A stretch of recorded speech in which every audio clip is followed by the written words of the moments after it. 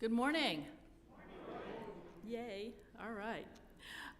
Welcome to the Greenville Unitarian Universalist Fellowship. My name is Kathy Jaggers, and I'm honored to serve on Goof Safety Team. Rev Chris will be back in the pulpit next week, so this week we have a wonderful guest speaker who I'll introduce a little bit later. Whether you have been with us on Sundays for a long time or are visiting us for the first time today, we welcome you to our service.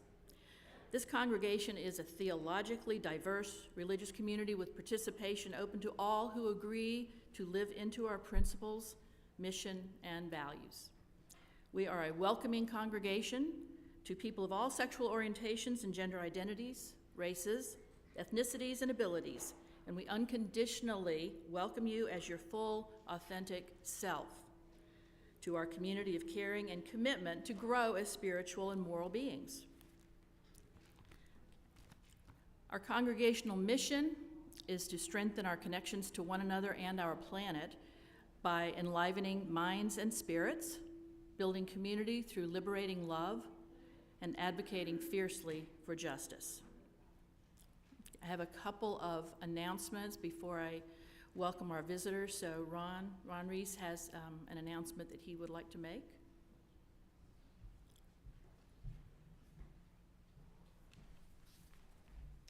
Good morning, everyone.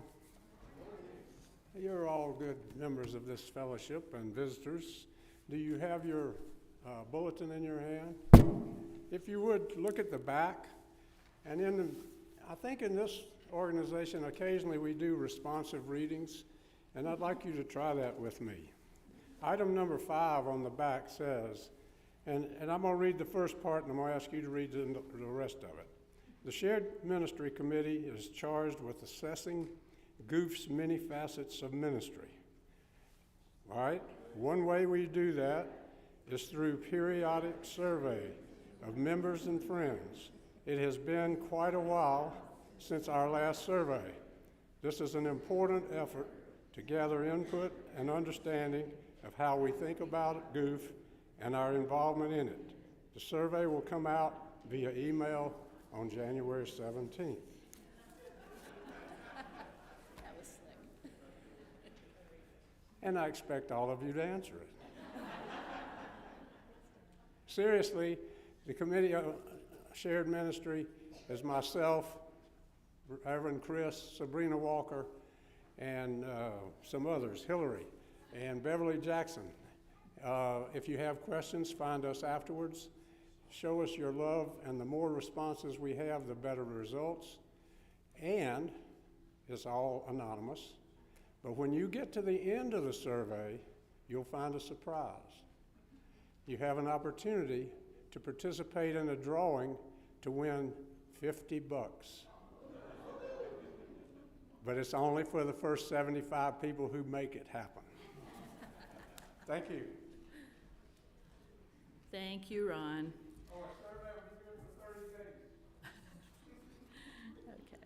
I also have a short announcement about our gender fluent RE curriculum that's starting this coming Tuesday night. Still not too late to sign up for it. See me or Sheila Garrick if you'd like to participate in that. All right, I'm going to introduce our guest speaker, and then I'm going to welcome our visitors. Victoria Chance is a former high school English teacher in Travelers Rest. She taught in the public school system for 27 years, graduated from Furman in Greenville, master's degree in contemplative education from Naropa University in Boulder, Colorado. Nationally registered yoga teacher of 22 years, a former board member of Greenville Interfaith Forum, which is where I met her, and a member of St. James Episcopal Church. She and another person were responsible for founding My Neighbor's Voice, and you're going to get an overview of that and a lot of good information. It's a wonderful opportunity. Okay. It's the custom in this congregation to acknowledge visitors and newcomers.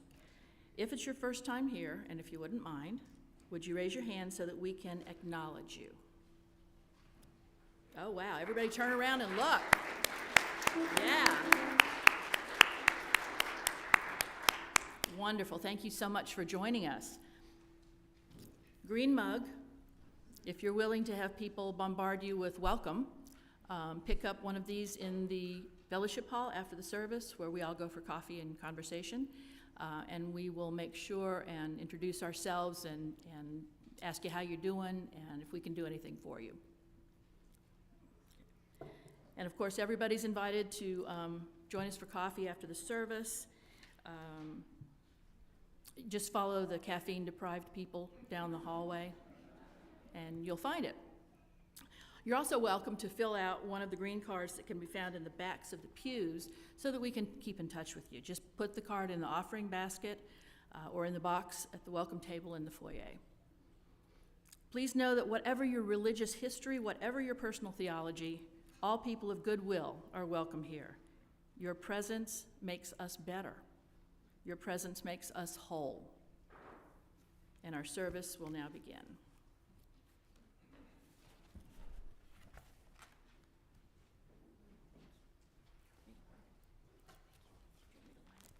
Yes, please.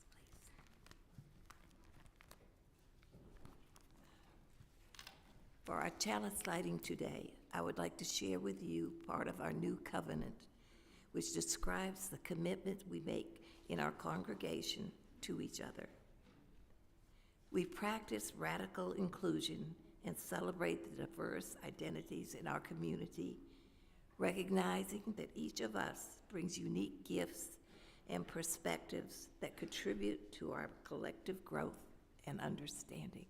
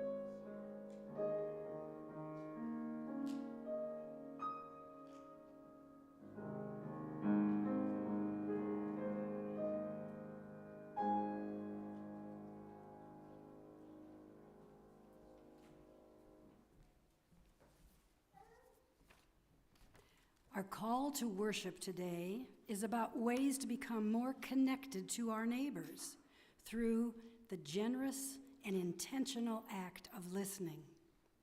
Stephen Covey, American educator and author, wrote, "Most people do not listen with the intent to understand. They listen with the intent to reply." American Dewar Miller, American poet and activist, said, "People love to talk, but they hate to listen. Listen is not merely not talking, although even that is beyond most of our powers. It means taking a vigorous human interest in what is being told to us. You can listen like a blank wall or like a splendid auditorium where every sound comes back fuller and richer. Let us hear today about a process of listening to better understand each other. Let's now sing hymn number 346, Come Sing a Song with Me.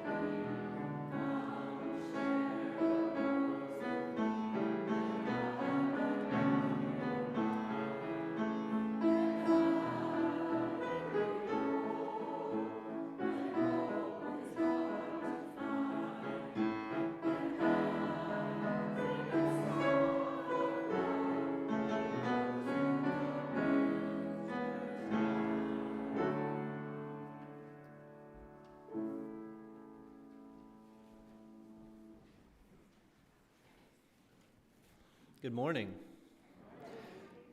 I'm David Funderburk. I'm the Director of Religious Education here at Goof. And I will not be reading our story this morning. I'm going to give that task to Victoria Chance, our guest speaker today.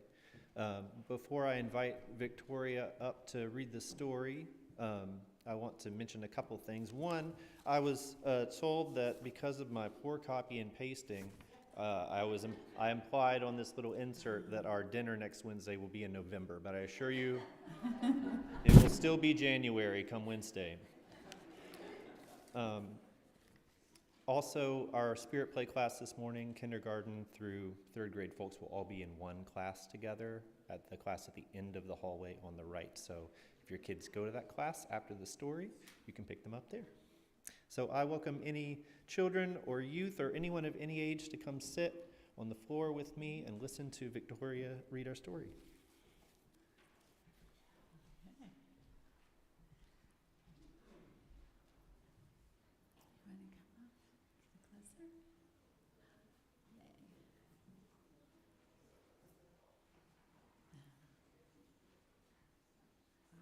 Beautiful faces.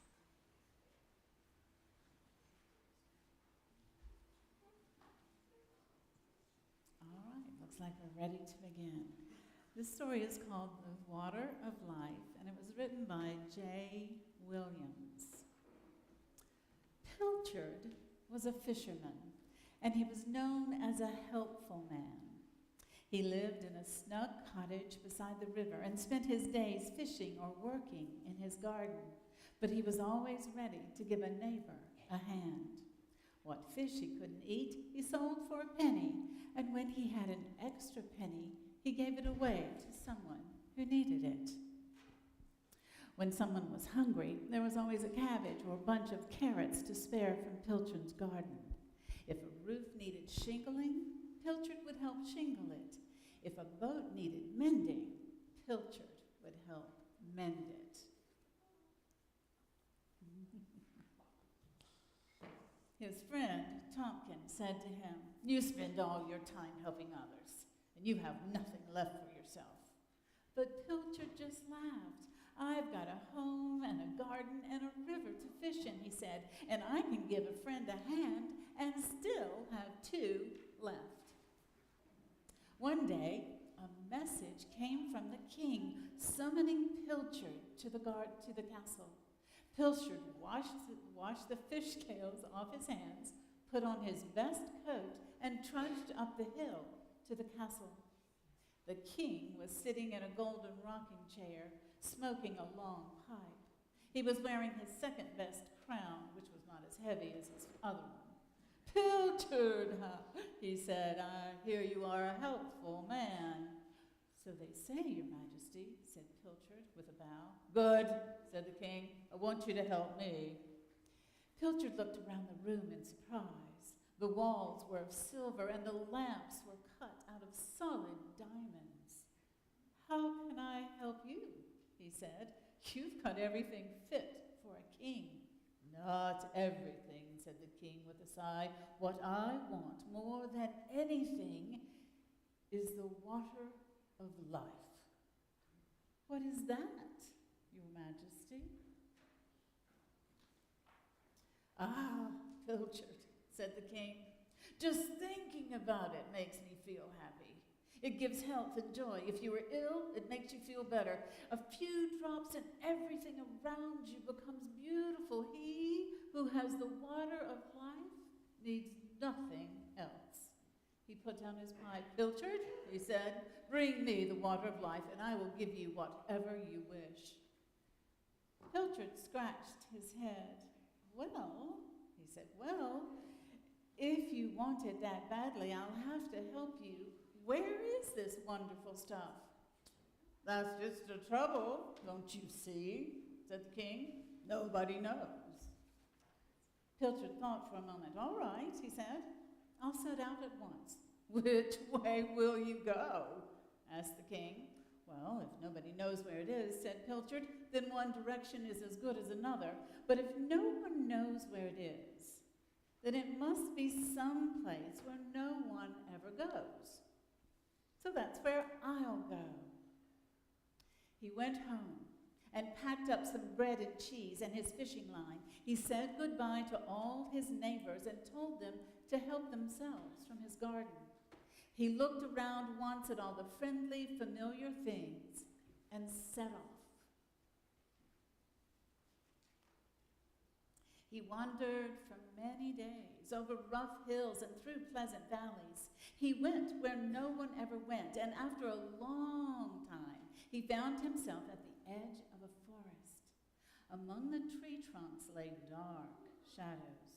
A sad wind stirred the leaves.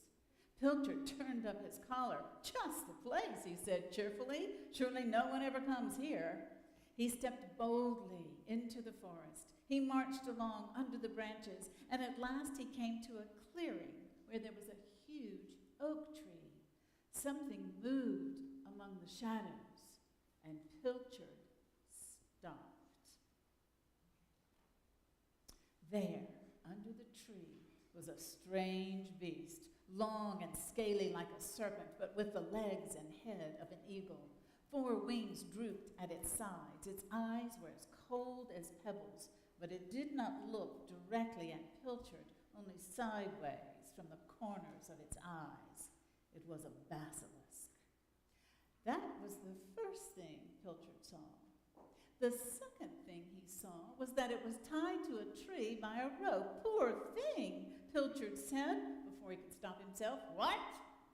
said the basilisk in a grating voice. "I have not heard a word of pity since I was tied to this tree 500 years ago."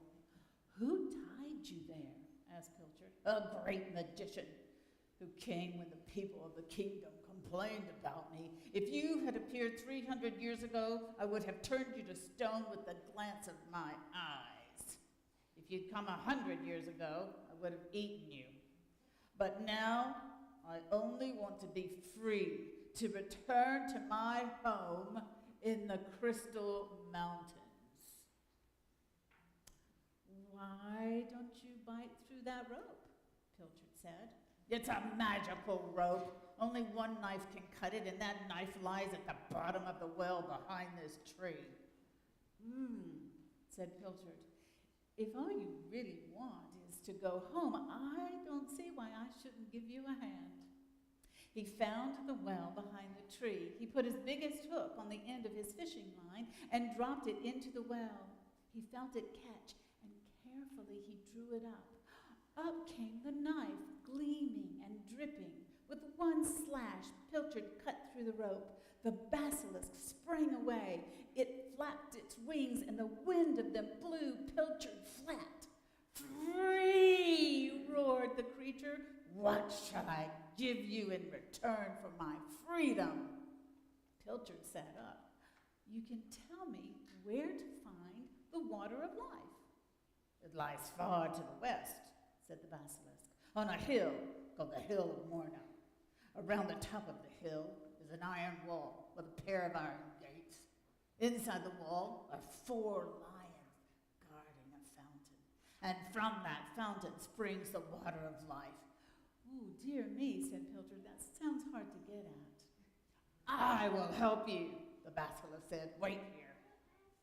It leaped into the air, beating its wings, and flew off. In a few moments it returned and laid 3 objects on the ground. This, it said, is the key that fits all locks. It will open the iron gates, and this is a flute that charms all beasts. It will charm the lions and put them to sleep, and this is the bottle that has no bottom.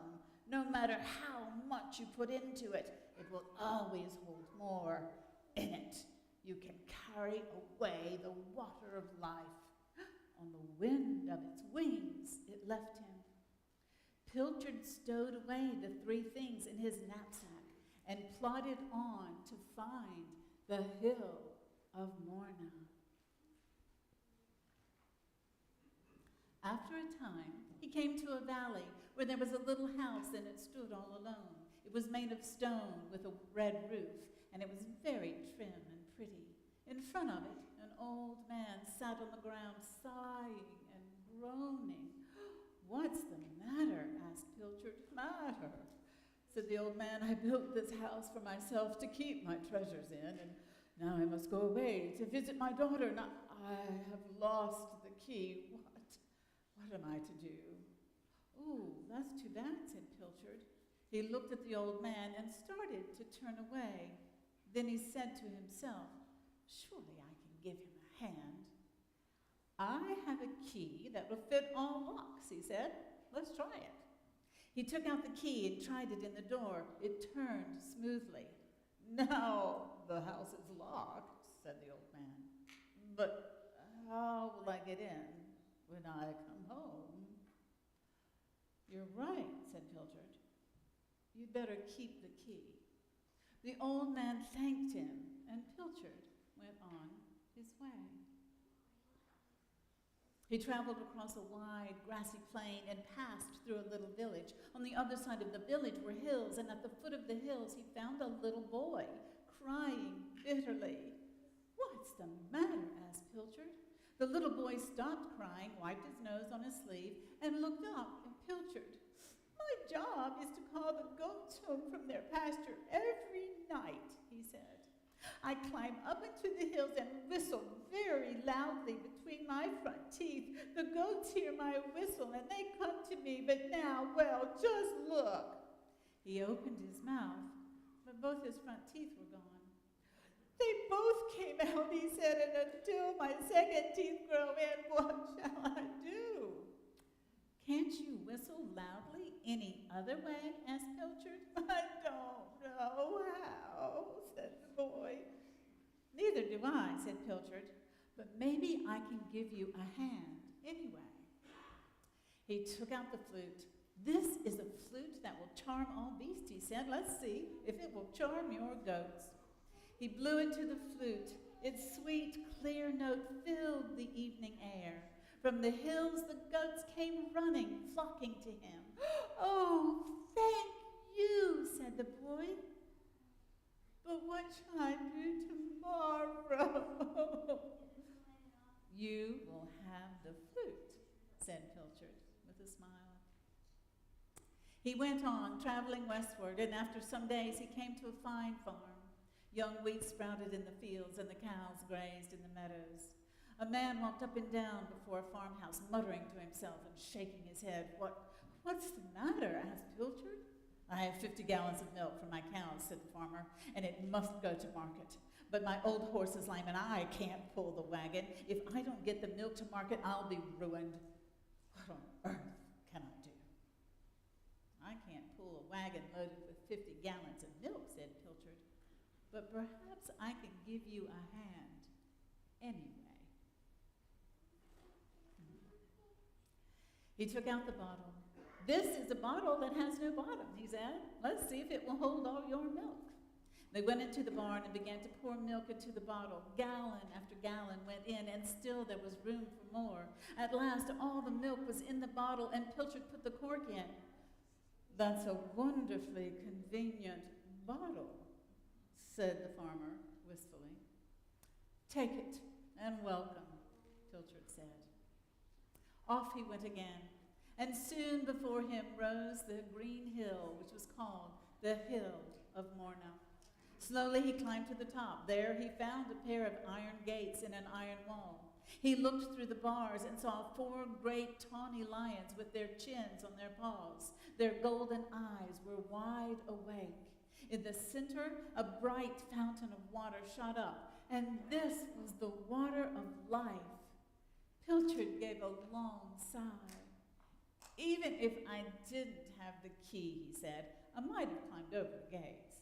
And even if I didn't have the flute, I might have escaped the lions.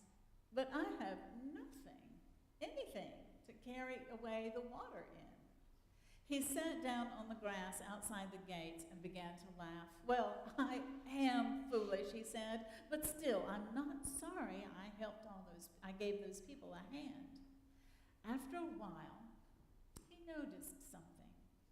A thin trickle of water was running along near the grass near him.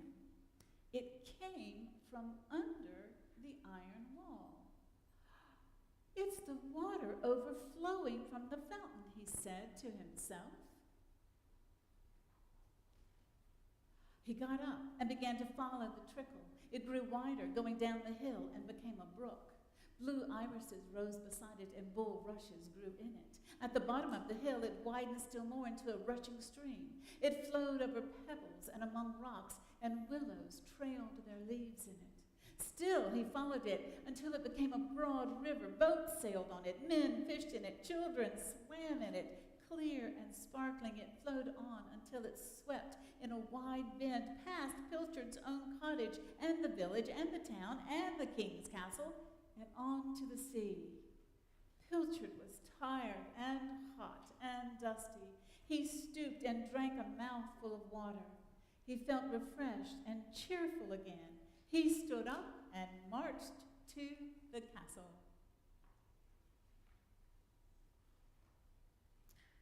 There sat the king in his silver-walled room on a throne of gold. Well, Pilchard, he said, have you found the water of life? Yes, your majesty, I found it, said Pilchard. Good, said the king. Where is it? It's outside your window, said Pilchard. It is in the river, in the sea, in the streams and the brooks. It gives you health and joy. If you're ill, it makes you feel better. And wherever it is, everything blossoms and is beautiful. He sat down and told the king all his adventures. The king began to laugh, and then he said, Pilchard, you have given everyone a hand. Now, give me your hand. Pilchard held out his hand, and the king clasped it.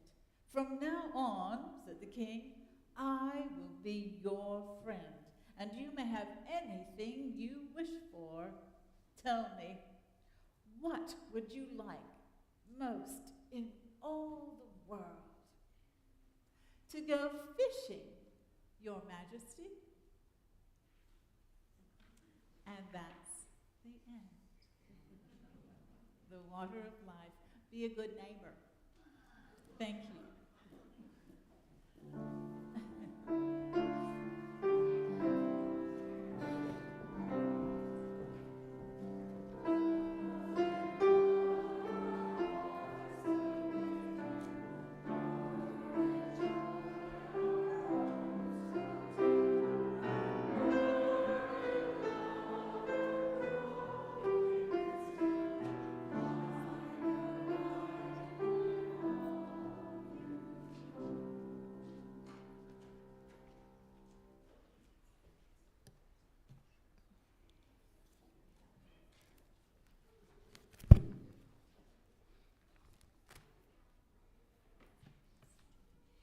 The purpose of the church is to encourage all who gather here to grow more generous in spirit and in action. This is a great end of all the world's faith traditions, to bring the human being closer to the divine by acts of creation and compassion.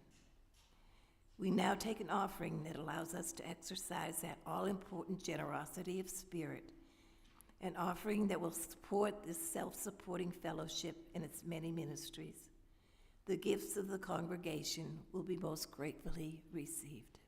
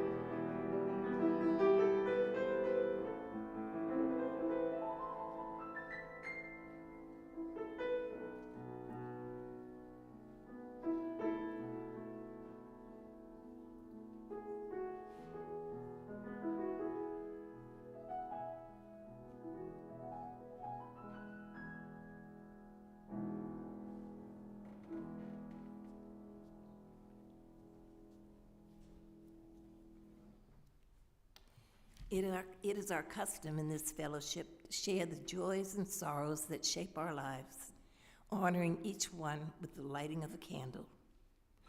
We recognize that life is not always easy and that we all have moments of celebration and struggle. We believe that by sharing these experiences with one another, we can celebrate with and support and uplift each other as we navigate the significant events in our lives.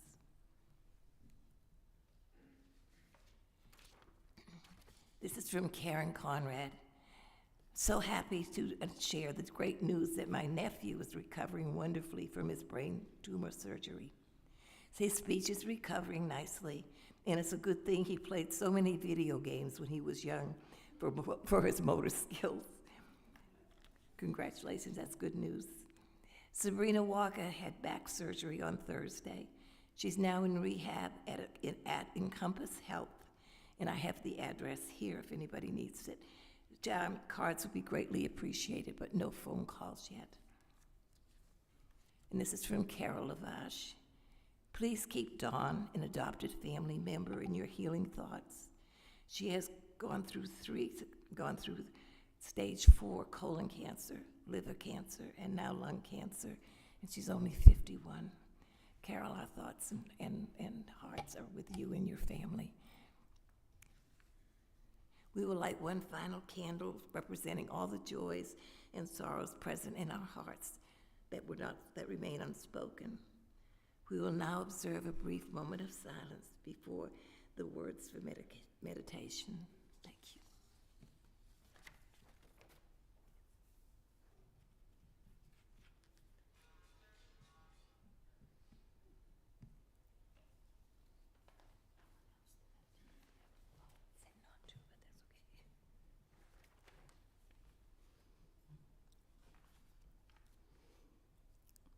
Please remain in your seats and sing as you are able hymn number 1029 in the Teal hymnal. Love knocks and waits for us to hear.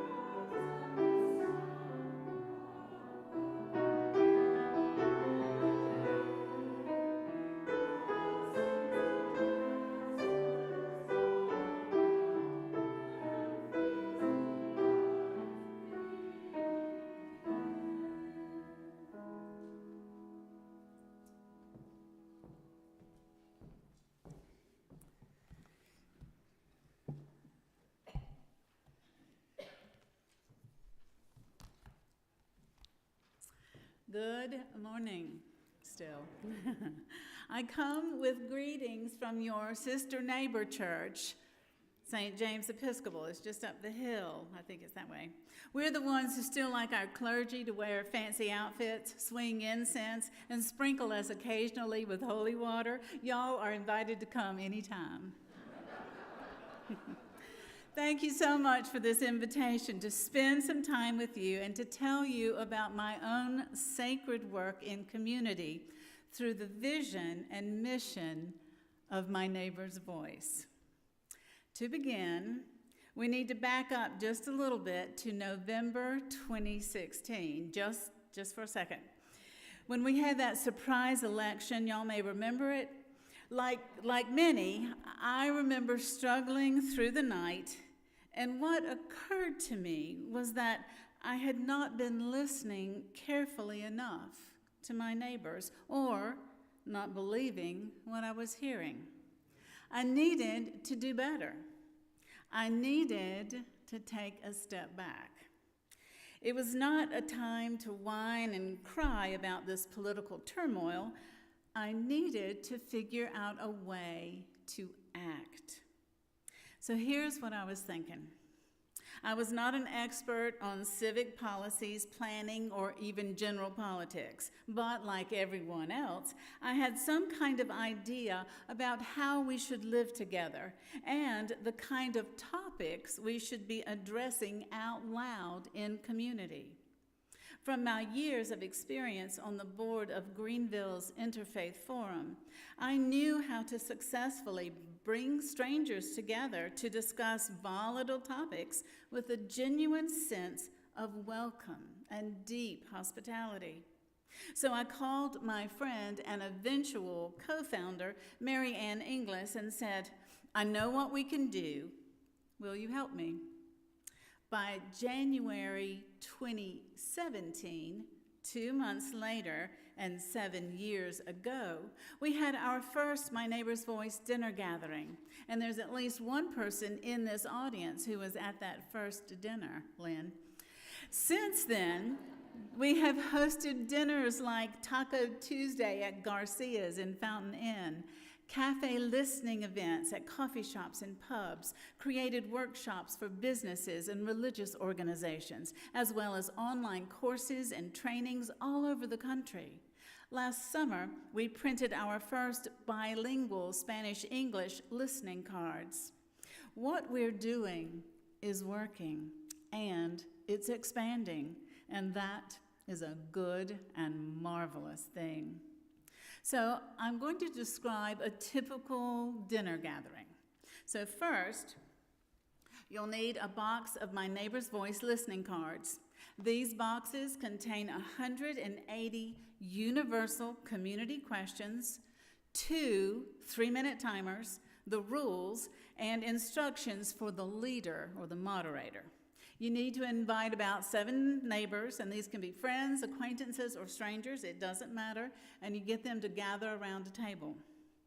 You create a simple menu, like, I don't know, something that people can eat while they're listening, like soup and cornbread and cheese, chocolate, or pizza, or a bucket of chicken, or an assortment of salads. Just keep it plentiful and easy to serve and enjoy. Now, this is not a dinner party, it's an event. Although one supporter surprised and delighted 40 people invited to her birthday party with tables set up for My Neighbor's Voice. Next, you'll need a moderator. Now, the moderator can just be the person who owns a box of cards, or it can be a trained and certified moderator, or if no one in the group volunteers, the default moderator is always the youngest person present. It works. The moderator's job is to read the rules, keep time, enforce no cell phones at the table, and encourage listening with a friendly and hearty welcome. Most importantly, the moderator makes sure there's 0 pushback or commentary during or between questions. Each guest, your neighbor, at the table is invited to take a card from the deck, read it silently first, then aloud to the table and answer it. Everyone is given up to 3 minutes to answer their question. Once they have answered, they pass the deck to the next person, and that person chooses and answers an entirely new question. And then the timer starts over. Usually we do 3 to 5 rounds of questions before the moderator opens the table for the last 10 or 15 minutes for discussion, reflection, commentary, questions. Each box of these listening cards is divided into 9 different categories. So, Right now, we need to hear a sampling of what you might hear or have to answer at a Neighbor's Voice event. There's some wonderful volunteers in this audience who have a card, and when I call the number on your card, I'm going to ask you, if you will, stand up, read the category on the card and the question, and then sit back down. You do not have to answer it, okay? All right, so I'm hoping that this is going to work and you're ready. So number 1, would you stand up and read your question?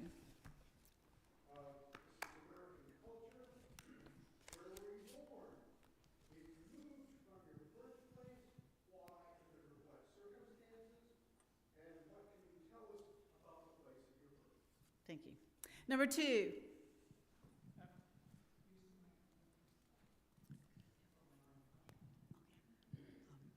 American culture. Who gave you some memorable dating advice? What was it? Did it help? Do you have some for us? Number 3.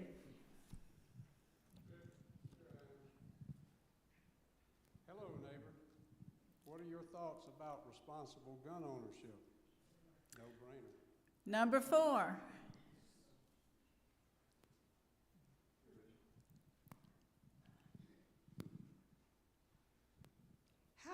The category is hello neighbor. How do you think being literate has impacted your life? Number 5.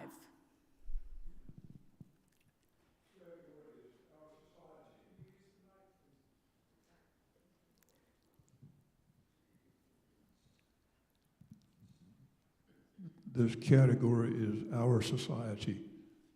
How has the American sports industry impacted our nation in terms of health, sportsmanship, power, or politics, or how not? Number 6. The category is our society. What are your thoughts around consumerism? Have you noticed a shift in your buying or spending habits over the years? Number 7.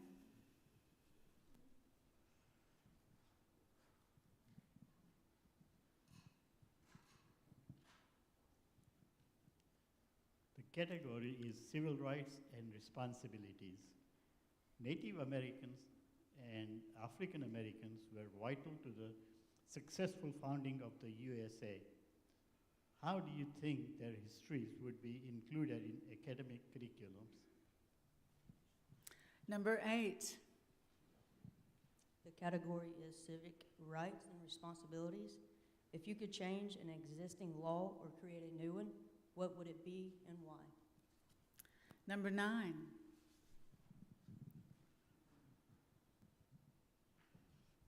The category is our world. What have you observed about food and food production over your lifetime? In parenthesis, availability, novelty, fast, slow, quality, labels, etc. Number 10.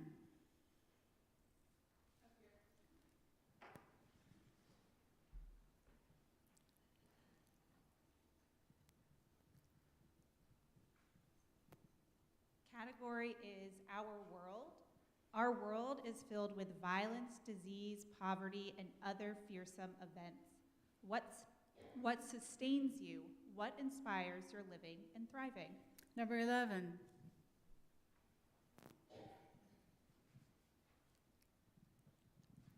Don't need to do a dog walk today. All right, number 11 is environment and health. What is your experience with mental health issues and challenges in our community? Do you have an idea of how to better educate ourselves about mental illness? Number 12.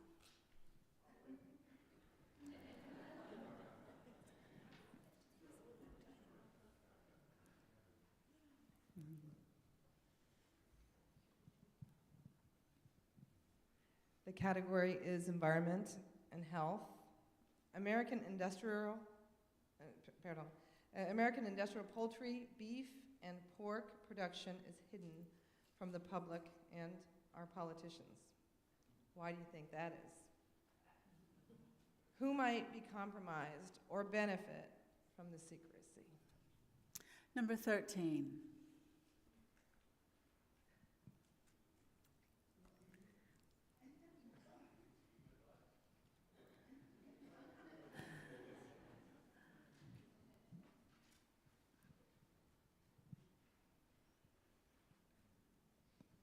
Okay, home and hearth.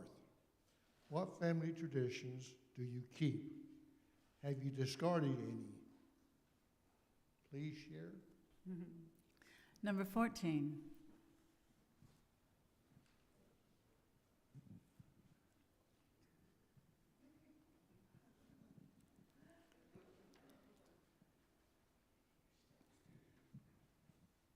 The category is home and hearth. Our families often are the first to teach us about death and dying. What have you learned so far?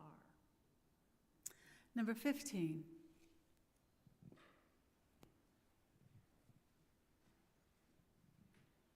Have you ever written a letter to a politician or to the editor of a paper? If so, what inspired you? If not, what might you write about today? Number 16. Political thought. What role do you think politicians should play in protecting the health and well-being of citizens? What are your ideas? Number 17.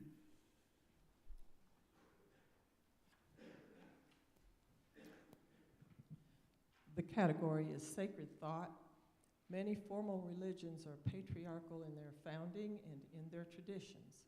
What are the benefits and challenges of this historical reality? What do you predict for the future? And finally, number 18. Mystery is the heart of many spiritual traditions and practices. What are your thoughts around the mysteries of life on this planet? Thank you so much, all of you. Wow, that's a lot to ponder. And I'm sure there are a lot of answers out there and a lot of connections going around right this minute. This is definitely a listening practice. And oh, the stories I could repeat, the voices I have heard and held. But now I want to speak for a moment about the loving and affirming aspect of this work. Many of you already recognize the spiritual dimension of this experience. St. Benedict said that we must listen to one another with the ear of the heart. My neighbor's voice, at its best, is that kind of listening. It's a communal act of graciousness. It's an open invitation to hold a gentle space for the other brave souls at the table, to learn, laugh, marvel, and often lament together over personal stories, visions, and frustrations.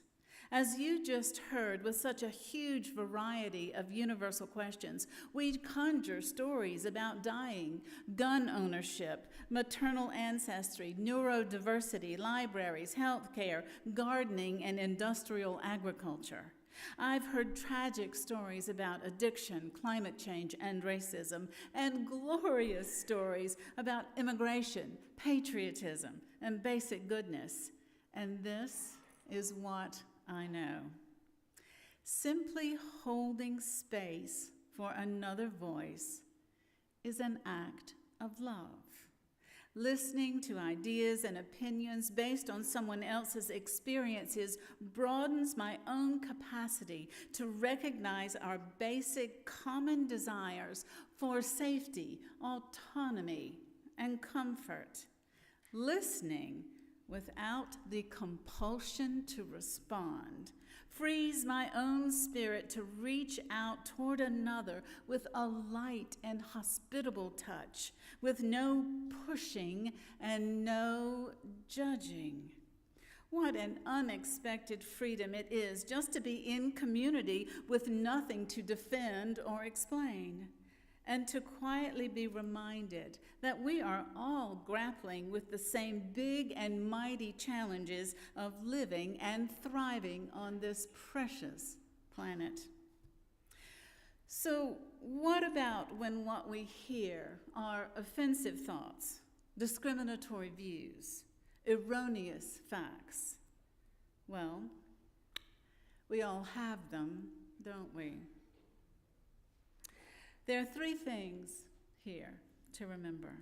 The first, whenever we speak to a patient ear, we get to explore our own thoughts and ideas, some of which may not be fully formulated or even our own. But if we can speak in a safe place, we can also reflect in a safe place.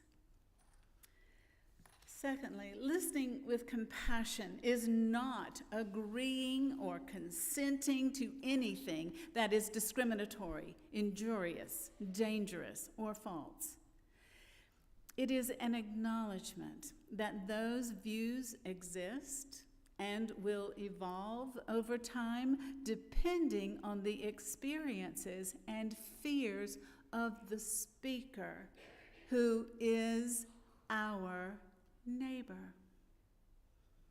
Thirdly, even as we listen with the ear of the heart, we must speak fearlessly with the voice of compassion, truth, and justice for the welfare of our communities, the benefit of our neighbors, and in obedience to our sacred duty as humans.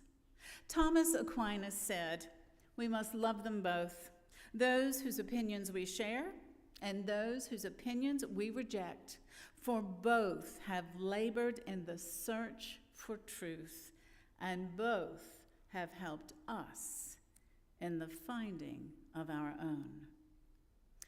I invite you to join us, to join in one of our events, or better yet, create your own at your own kitchen table or in your wondrous fellowship hall. Join us and discover the loving act of listening. Thank you.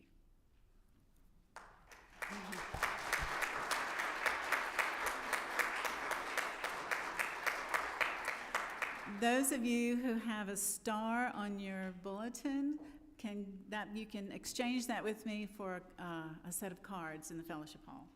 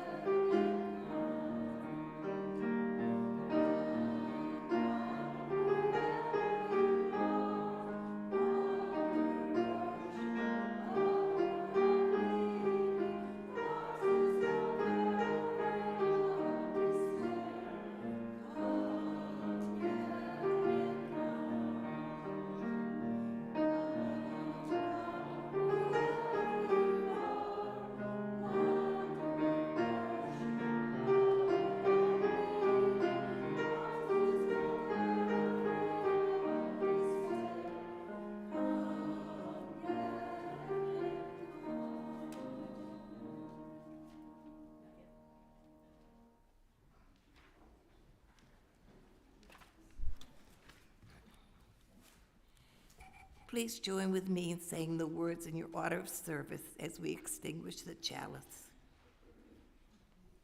We extinguish this flame, but not the light of truth, the warmth of community, or the fire of commitment, those we carry in our hearts until we are together again.